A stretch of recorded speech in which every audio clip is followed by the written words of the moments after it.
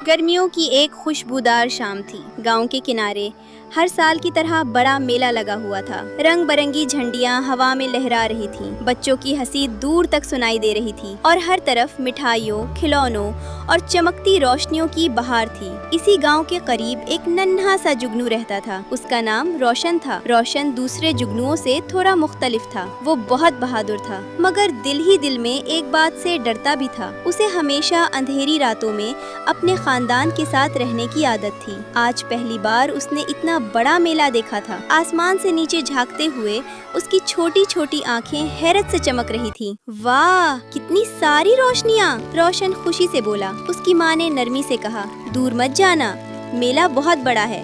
अगर रास्ता भूल गए तो वापस आना मुश्किल होगा। रोशन ने सर हिला दिया, लेकिन उसका दिल तजस्सुस से भरा हुआ था। कुछ देर बाद उसने देखा कि एक रंगीन गुब्बारा हवा में ऊपर उठ रहा है। रोशन उसे देखते देखते आगे बढ़ा। फिर एक और चमकती हुई चीज नजर आई। फिर कहीं बच्चों का झूला घूमता दिखाई दिया। वो उन सब के पीछे उड़ता चला गया। अचानक उसने इधर उधर देखा। माँ कहीं नजर नहीं आ रही थी, ना उसका खानदान, ना वो जान पहचान वाले दरख्त। अब चारों तरफ सिर्फ अजनबी आवाजें थीं, ढोल की थाप, लोगों की बातें और तहकमों का शोर। रोशन का नन्हा सा दिल जोर जोर से धड़कने लगा। मैं कहाँ आ गया? उसने घबरा कर कहा। वो कुछ देर एक लकड़ी के खंबे पर बैठ गया। उसकी रोशनी भी पहले से मध्यम हो गई। उसे पहली बार एहसास हुआ कि कभी कभी बहादुरी का मतलब सिर्फ आगे बढ़ना नहीं होता, बल्कि मुश्किल वक्त में खुद को संभालना भी होता है। इसी वक्त उसे नीचे से हल्की सी सिसकी सुनाई दी।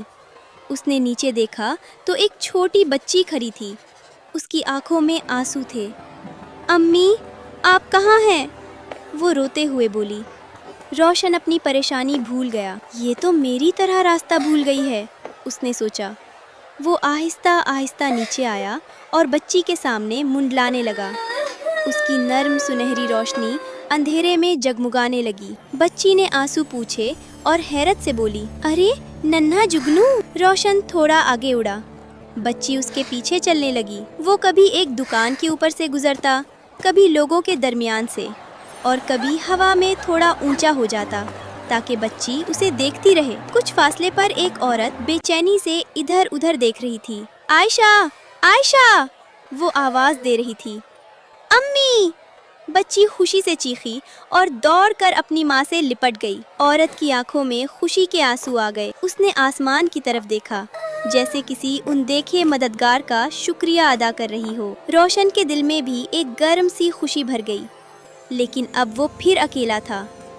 अब मैं अपना घर कैसे ढूंढूं? उसने आहिस्ता से कहा।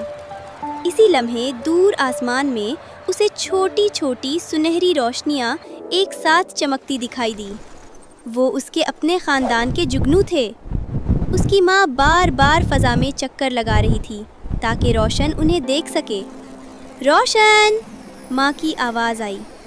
रोशन के नन्हे पर खुशी से तेज़ी से हिलने लगे। वो पूरी ताकत से उन रोशनियों की तरफ उड़ा। चंद लम्हों बाद वो अपने खानदान के दरमियान था।